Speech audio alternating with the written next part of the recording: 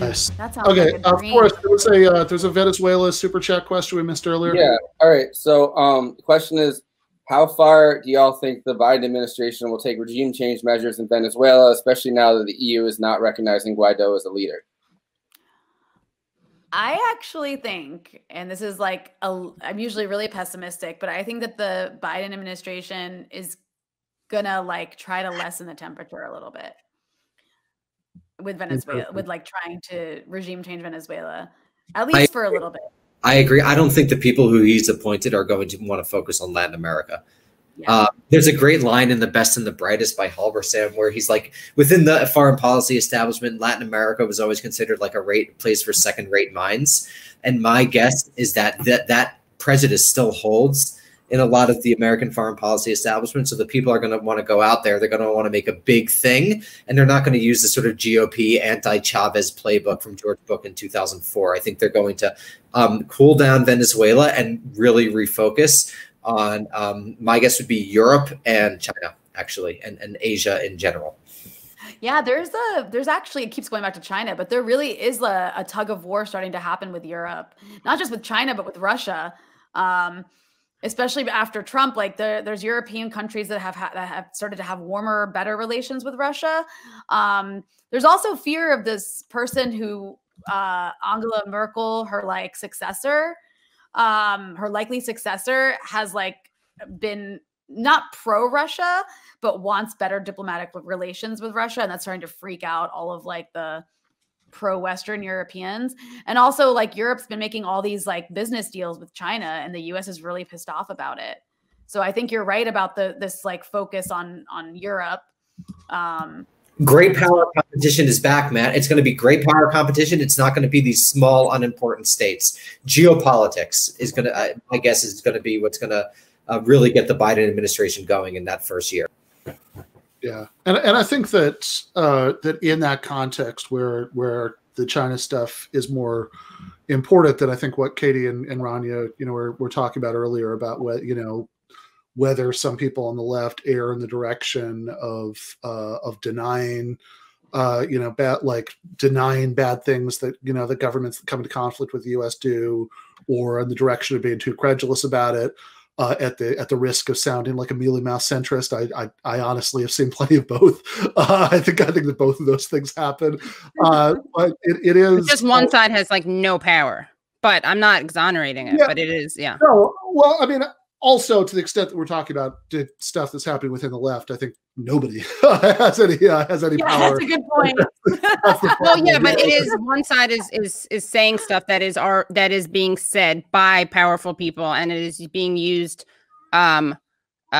functioning as a way to make people like war ready. It is. I mean, whether or not I'm not saying every leftist who says that is intentionally doing that, but well, I mean, so that's the question, right? Is that something like what's the relationship between the thing that we all agree on, which is opposing wars, and then having sort of a nuanced and honest appreciation of these things. And I think you can argue that in both directions, that obviously if you're being credulous about ridiculous propaganda that's being used to justify wars, that's bad. But if you're being, but if you're slipping into denialism about real stuff, then not only does that, is that unhelpful or just inaccurate in other ways, but I think it can make you a less can be alienating, right? It can make you a less effective messenger. I agree. That's true. Of anti-war politics. I think what we're all agreeing on here is that China is the model. Yes. Yes. Should try to take that model and implement. That's where you were going with that, right? That's correct. China, yes. Syria, any other country you want to throw in there, be Yeah. All of them. Models of government that we should be wanting to somehow replicate. all three of those things. The China. Let's take them all and mush them together and make a country out of that model of government. and that is what I was hoping would happen if Bernie Sanders became president. Right? Especially the Iran part.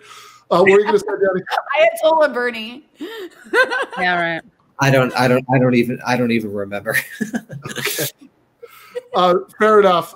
So, I mean, I think actually, Daniel has written some really good stuff about the question of like, if, what we actually would have hoped to happen if Bernie Sanders become president, like what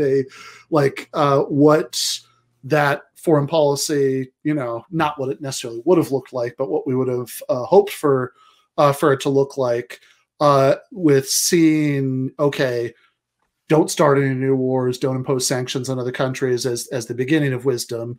But I also do think, and this gets back to the question about being too technocratic, or ignoring an important complexity, that it's not the whole thing, and that the left. I know we're nearing the end of the discussion here, but I think the American left hasn't spent nearly enough time thinking about how to wind down American empire. How, like, if we actually did have any power, how that would happen. Ben, it's funny you should say that, because one of the things that I was promoting, should Bernie have won, would have been basically creating a series of task forces, because we don't even have basic power constellations of this enormous domestic and global structure. So there's no even a weak point to attack right now. So I think what we could spend, we're going to be out of power for a long time. We could spend some time thinking through that and really trying to get an old 30s style power constellation going on where power. I also would just say two things. So one thing is related to what you're saying, and Ben and Forrest, I heard you guys talking at the beginning about how, people shouldn't get too excited about Biden moving. And of course, that's totally true. And he will, he's not going to, people are give him, create the opportunity so that they can, no, it's not opportunity. It's they need to feel political pain and fear not doing the right thing. That's how they're going to move, to the extent that they move. But I also, and you guys were saying, oh, obviously that's not going to happen. It's going to be elections and making a bigger squad. But these are unprecedented times. So I kind of want to urge people or caution people away from being totally clairvoyant or predicting the future. Because I do think this pandemic does bring a lot of things to a head. And the other thing I just want to say about imperialism, there's this, there's obviously a liberal left divide, and then there's kind of, increasingly a left divide that we're seeing, a lot of online divisions. But I would say that one side of that left in general, I'm generalizing, but focuses more on imperialism than the other side. And to these, my comrades, and I use that word, having known what that word means. I mean, everyone's welcome, but some people use that word, and it's you need to actually Google that to know what you're talking about. But I would say that I think there's a mistake made. And this is obviously, I'm such a Bernie bro, and I love Bernie, and I put him on a pedestal. But I do think that the anti-imperialist left can be purity politics wise, purity politically, whatever the word is. They can engage in a purity politics that's dangerous, I think, with the squad and with leftists. Because here's the thing, are any of the people who are serving in Congress as anti-imperialists as we would like them to be? No. Any people in the Senate? No.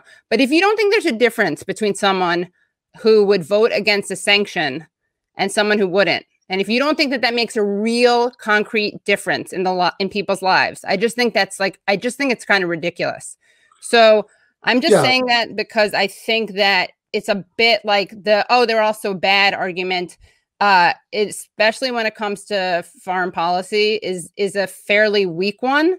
And that even if we acknowledge that these people have an imperialist framework that we reject, if you care about the lives of the people in those countries which are being killed through through war, obviously, but more frequently through sanctions, right, where people are just dying, we should look at that and look at how these people can. Right? It's recognizing the nuance, the difference between Biden and I know Daniel has to go. Right, I was saying, one side cares about imperialism, the other doesn't, and Daniel's on the other side. I'm just kidding. That's a joke. We'll see him on this channel insanely soon. So and with ridiculous frequency. So I'll see you soon, Daniel. I did just want to say, Katie, that I think I think the second point is absolutely right. I had lots of I had lots of problems with, with Bernie on foreign policy, especially the first time he ran. In fact, that was my biggest hesitation about supporting him, because the mixed record there. But also, like, there is a pretty stark difference between Hillary Clinton saying on the debate stage that Henry Kissinger was her best friend, and Bernie responding to that by bringing up the coup against Allende. So I think that's pretty stark.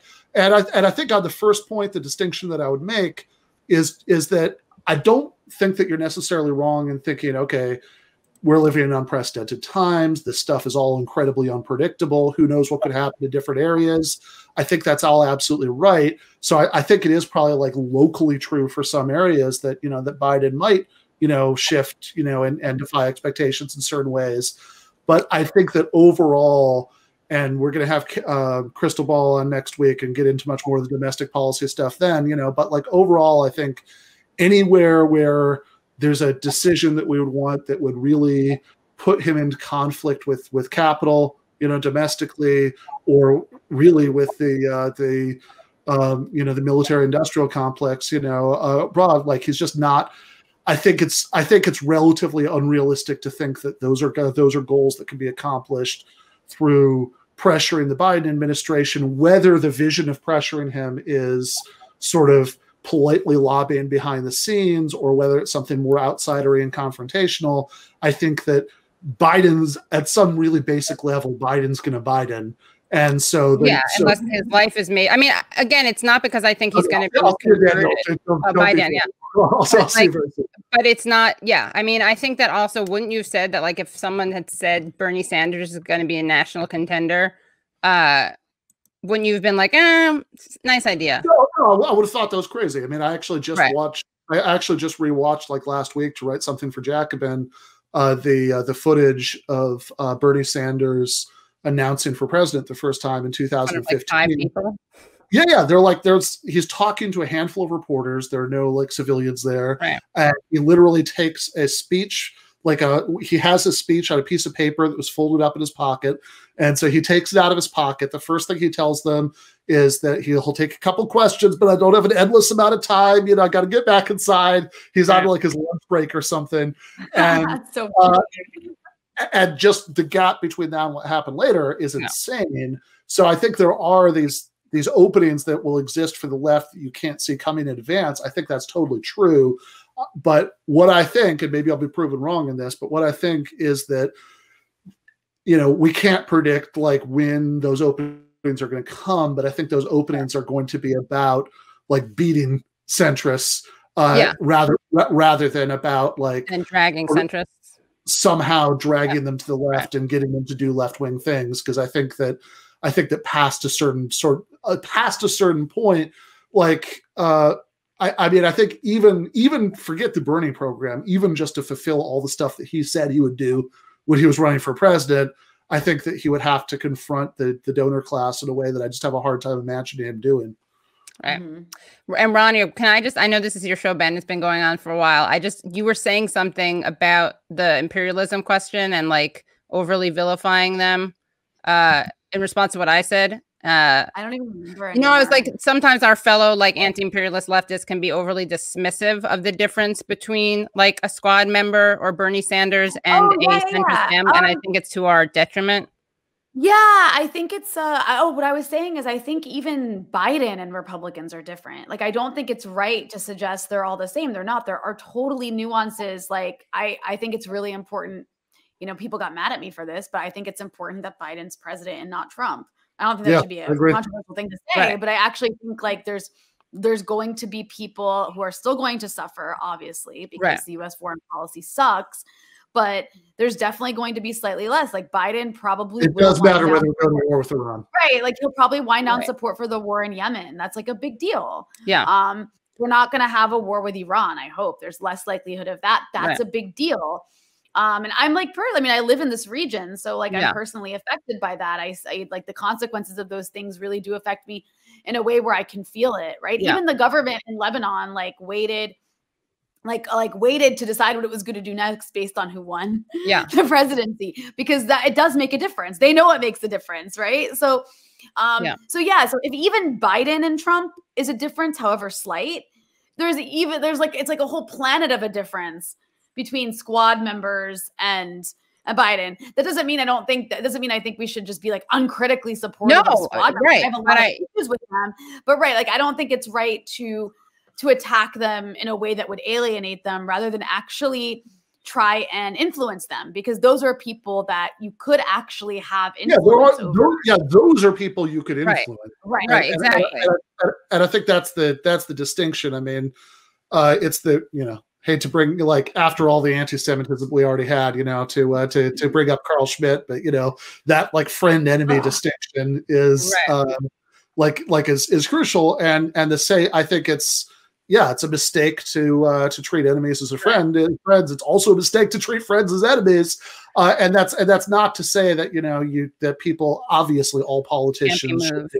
Right. Or look at Rand Paul, who has better war record, is better on war than Tony Blinken. And he was like the most critical person in the entire questioning of Blinken, who was actually anti-war, which is a Rand Paul's a useful person on certain issues. Yeah. I mean, he is like a senator too. So he's terrible and he's racist, and we all know that. Sorry, there I go again off that really into my head.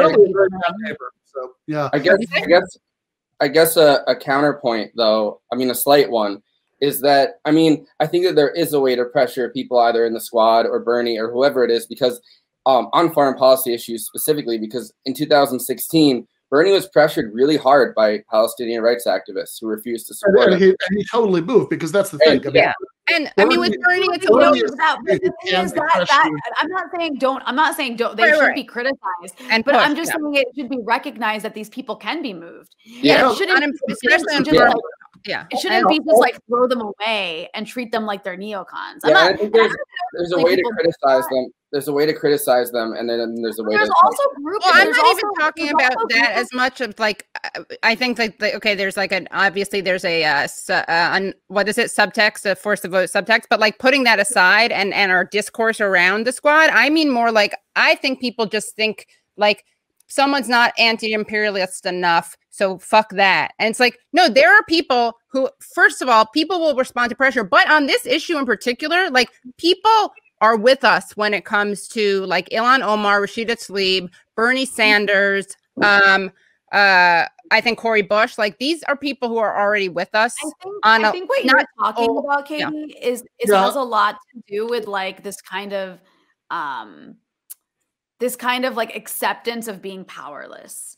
Yeah. Like it's like you're so used to having zero influence and power. And as individuals, like people don't actually have power. It's more like with what you brought up, Forrest, about Palestine, if Bernie being moved on Palestine back in 2016, that didn't just happen because people yelled on Twitter. That actually mostly happened because of Palestine solidarity organizations that were connected to people inside the Bernie Sanders movement. Yeah. And people like Cornel West made a difference there too, right? Like he was a surrogate. People around Bernie Sanders like helped move him on that issue. And so I think that was like one of these rare moments where people were like, wait, what? We can move a politician? And there's still, because of like the left never having any power, there's this automatic sort of like resorting to online outrage, because you almost don't realize that like actually these people, if you're in an organized group, will maybe listen to you because you're their base. They're not funded by corporate donors. Yeah. So obviously I'm glad that Katie brought up Force the Vote, because when I pretended I want to have you on to talk about foreign policy, my agenda was that I was hoping like six. No, I just feel like that's obviously, but we're talking about discourse. But if at all possible, I'd like this to be entirely about that, actually. Yeah. And edit out everything, but every subsequent episode. No, but I guess I feel. But no, I mean, I do agree, right? So like, I think we can make a distinction and say, of course, all politicians should be criticized, no question.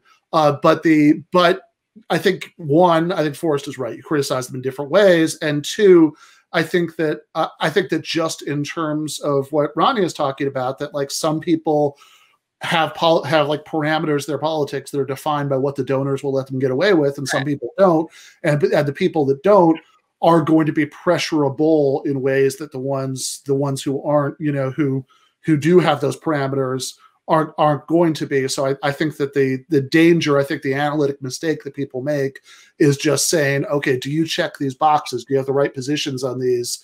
No, therefore, screw you, which I think then leads them to miss things that would actually matter if you care about if you care about changing the actual policy positions.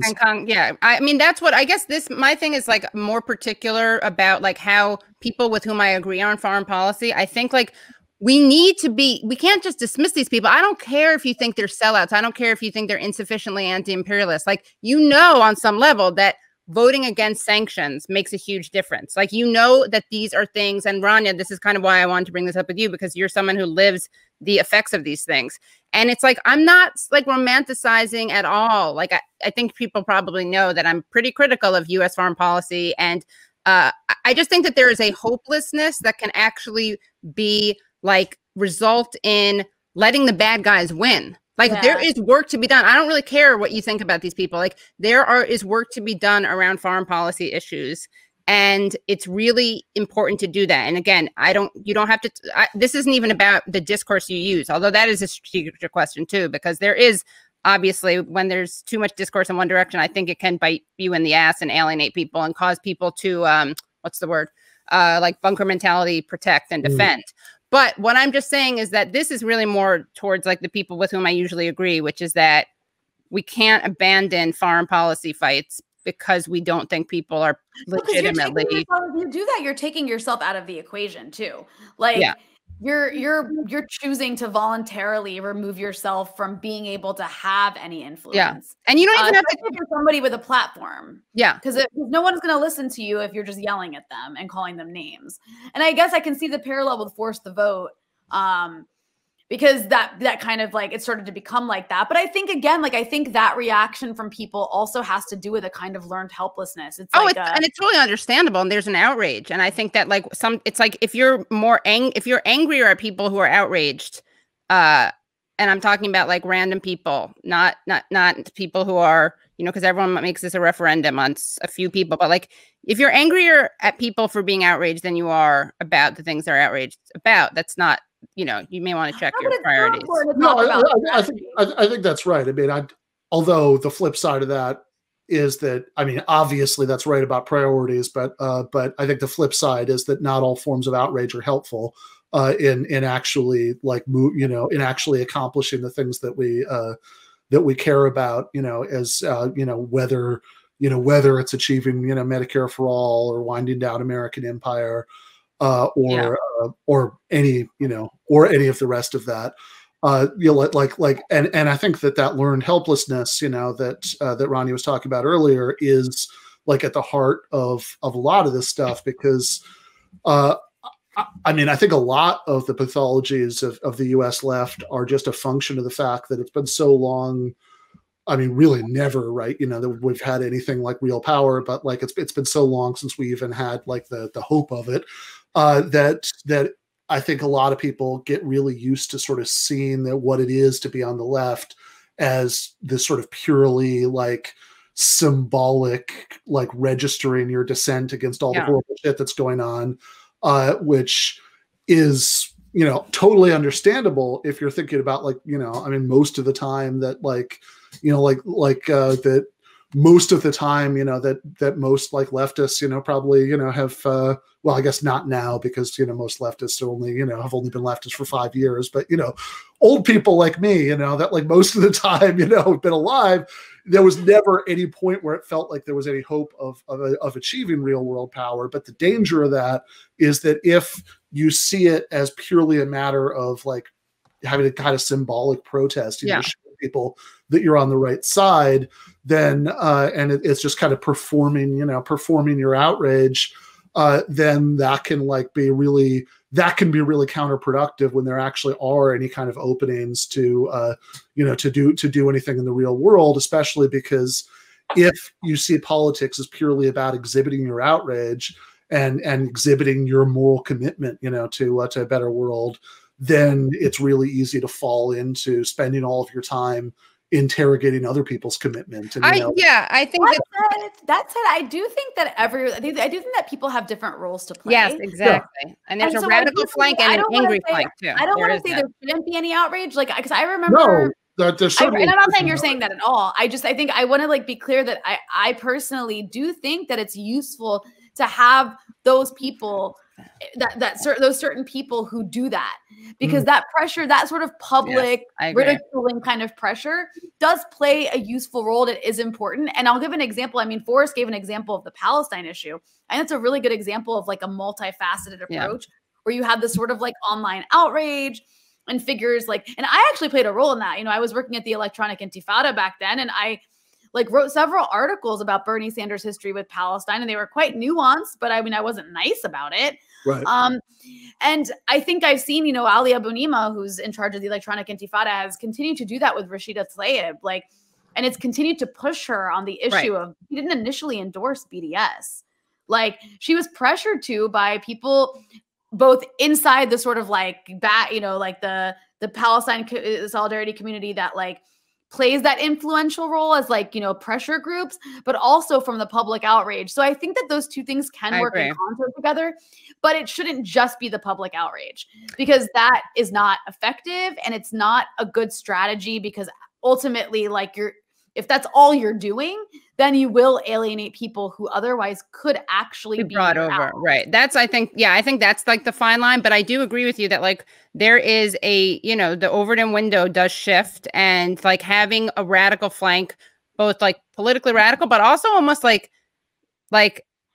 behaviorally or just an angry flank can be productive, because then you get to point to people and you're like, I'm not doing that, but look at what people are doing over there. That's why we have to give them something.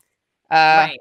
I think also when it comes to foreign policy, it's not just pushing. I mean, definitely pushing is part of it, but you know, squad members and Bernie and whoever else is a progressive leader has to know that people actually care about these issues deeply, because you know, I think it's really easy to push domestic issues and say like, oh, Medicare for all, you know, people want healthcare. You know what I mean? Like free college or free, you know, public colleges, like that would really help a lot of people. I think, you know, progressive leaders have to know that there are people that have their back on some of these anti-imperialist issues, because it's hard to take that line if you're like, well, you know, I feel this way, but I don't know if, you know, people that I'm going to have as constituents. Which is why I think like linking the foreign policy stuff to the domestic is so important. Although for me, I mean, it's probably not hard to imagine that like that's not primarily why I care about it, but that's certainly like if you want to meet people where they're at, that is like one of the most useful, rhtorical, teachable things. If you want to get ordinary Americans to care about it, it's certainly one of the most effective. Also, those outrage people, like now I'm becoming pro outrage, but those outrage people do also create space. That's what I'm saying. They drag it. The crazier they sound, the more calm, like you sound. But behavior radical. I'm pro outrage, but what I would say is that I'm pro well-targeted outrage. I think that there are productive forms of outrage, and I think there are unproductive forms of outrage. And that's the distinction that I'd make. But gonna bring on our good friend David Griscom for the next segment. Meanwhile, thank you so much to Rania Khalek, who's GTAA has recognized as the interim president of Lebanon. Congratulations. Yeah, Rania, when can you do my show again? I thought you were off what's 6 minutes? Anyway, I'll talk to you. Rania, go on Twitter. I want to DM you. Okay, we'll talk on Twitter. It was such a pleasure to be on. Thanks, guys. I'll keep watching. Don't worry, guys. Thanks, guys. Thanks, Forrest. Thank you so much, Rania. Thank you, Katie. I'll see you very soon on your show. And always a pleasure.